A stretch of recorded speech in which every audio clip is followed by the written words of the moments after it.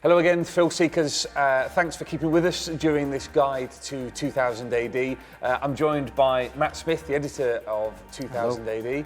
AD, who is here to talk about some of the non-dread. I mean, we've been going for 37 years now, which by anyone's imagining is a good run. Yes, definitely.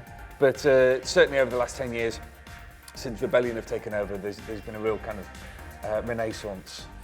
A feeling of renaissance at 2000 AD. Yeah. I mean, there's been more characters probably produced in 2000 AD over the last 10, 12 years, I think, than through its life, I think. Right, brilliant. And it's a mistake to think that 2000 is just Judge Dredd, although he's the lead character. There's a whole galaxy of other stars that you can get into as well. Brilliant. So what we're going to do is we're going to take you through quickly some of our recommendations for series that you might want to get into if you want to read 2000 AD, and it's a hell of a spread, to be honest with you. It is. It's a smorgasbord of thrill power. Start off with Flesh. It started in the very first prog, and is considered one of the stories that got 8-year-olds into 2000 AD, and it's still a classic. Cowboys versus dinosaurs. People going back in time to farm dinosaurs for their meat, and it's just a welter of gore and action, and violence, and a thick stream of black humour. Okay, excellent. Moving swiftly on to Nemesis the Warlock. Nemesis, another Pat Mills creation with Kevin O'Neill. This is a complete, amazing strip in terms of imagination, and the level of ideas that runs through it is incredible. It's about an alien freedom fighter called Nemesis, who's up against Tort Commander, who leads a very far future Earth in which aliens are exterminated. It's a true 2000 AD classic, and one that's got a very, very strong subtext that's still very prevalent today. Yeah.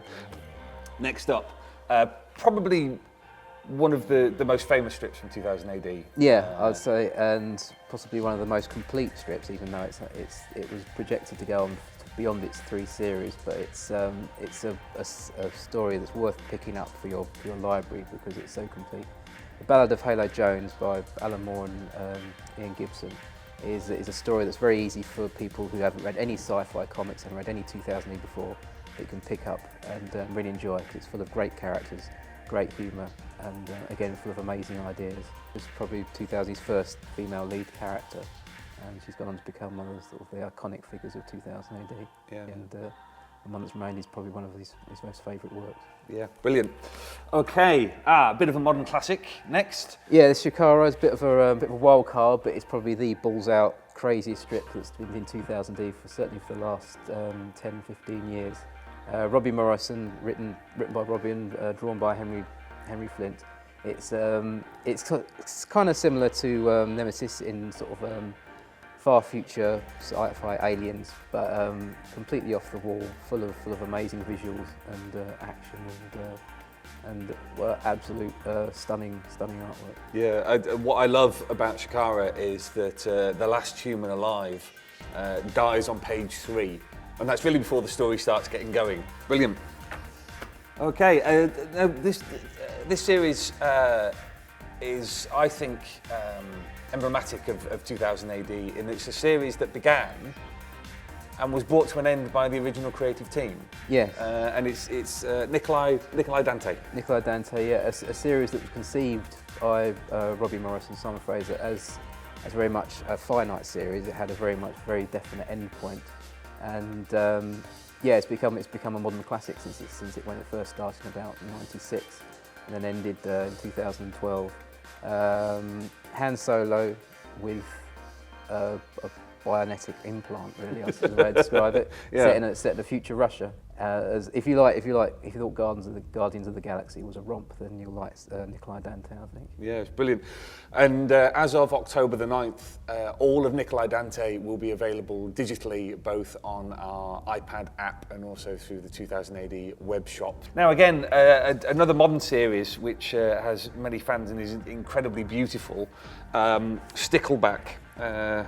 Yeah, if you're picking up Prog 1900 for the fifth series of Stickleback, then it's well worth checking out the 4 previous series, all by Ian Edgington and Disraeli, and they're full of Victoriana, steampunk, lots of in gags, and they're both very nicely put together books. Yeah. Now, England's Glory, the first collection, is already out.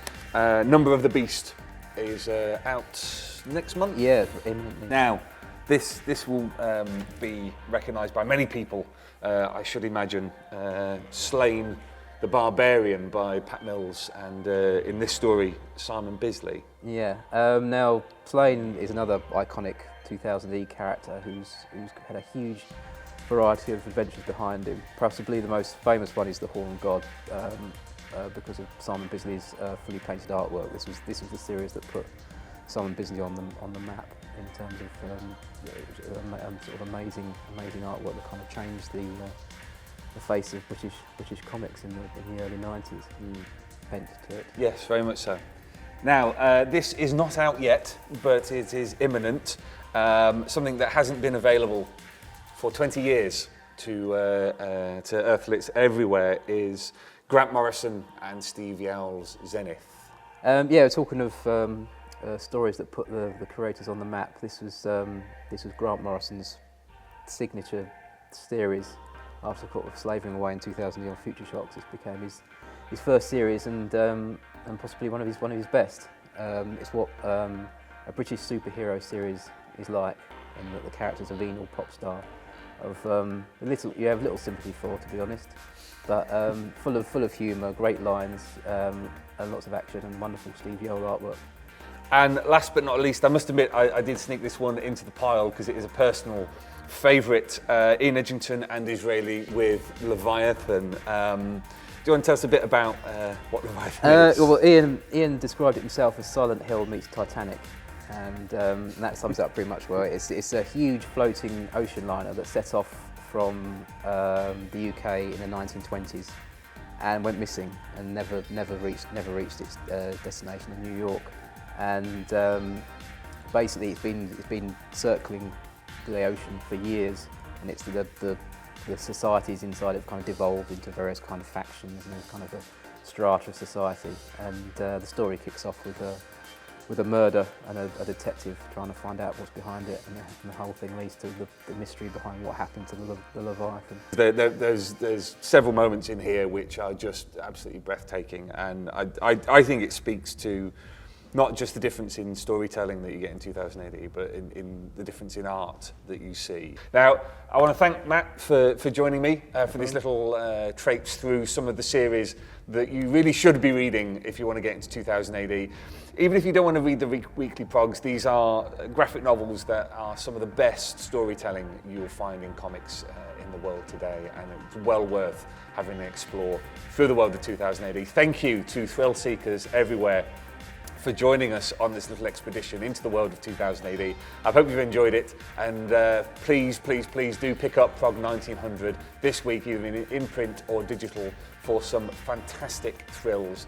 You won't regret it, and we look forward to seeing you in future editions on the 2000 AD YouTube channel.